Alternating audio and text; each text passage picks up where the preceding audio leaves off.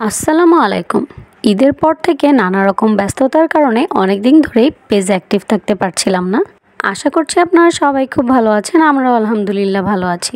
বরিশাল থেকে সাফার দাদি, ফুপি আর ফুফাতো বোন ঢাকায় আমাদের বাসায় বেড়াতে এসেছিলেন। তাদেরকে সাথে নিয়ে গল্প, আড্ডা, খাওয়া দাওয়া আর ঘোরাফেরায় আমাদের দিনগুলো বেশ ভালোই কেটেছিল আলহামদুলিল্লাহ।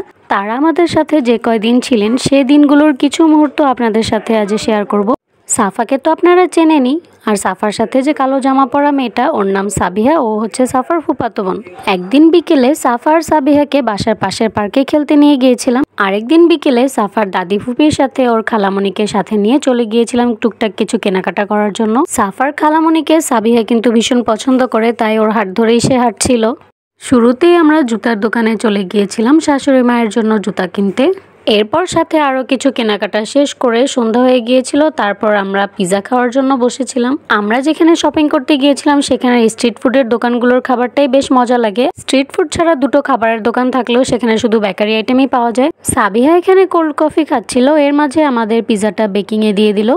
বেকিং হতে তো কিছুটা সময় লাগবে, তাই আমরা গ্রিল আর লুচি নিয়ে নিয়েছিলাম।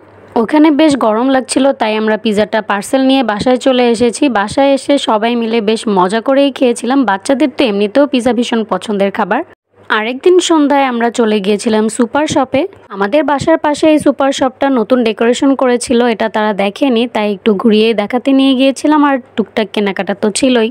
এখানে বাচ্চাদের জন্য কিডস জোন রয়েছিল, তাদেরকে খেলতে দিয়ে আমরা চলে গিয়েছিলাম ঘুরে দেখতে।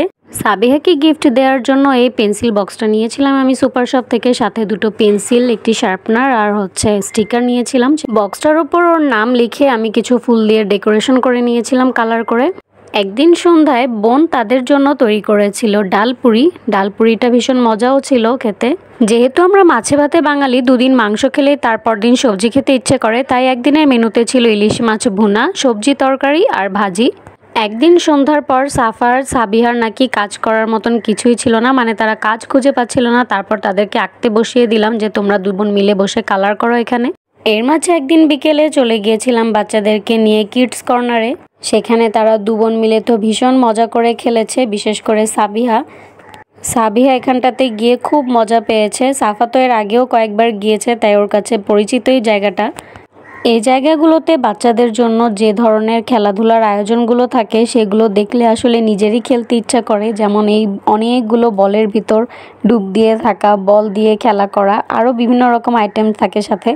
যাই হোক, নিজে তো এখন আর খেলতে পারবো না, বড় হয়ে গিয়েছি অনেকটাই। এখন মেয়েকে নিয়ে এই ধরনের জায়গাগুলোতে যাই। মেয়ে যখন খেলে তখন দেখতে খুব ভালো লাগে, মনে আনন্দও লাগে ওর আনন্দ দেখে।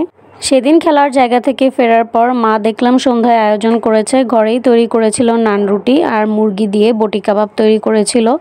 খাবারগুলো ভীষণ মজা হয়েছে। ওনারা যেদিন বাড়ির উদ্দেশ্যে রওনা দিয়েছিলেন সেদিন দুপুরে সব রান্না মা নিজ হাতে করেছিলেন। রোস্ট, পোলাও, ডিম ভুনা, গরুর মাংস, শাক ভাজি, ভাত আর আমার ননাসের পছন্দের শুটকি ভুনাও ছিল সেদিন। বিকেলে তারা সকলের থেকে বিদায় নিয়ে বরিশালের উদ্দেশ্যে রওনা দিয়েছিলেন। এখন বিদায় বেলা।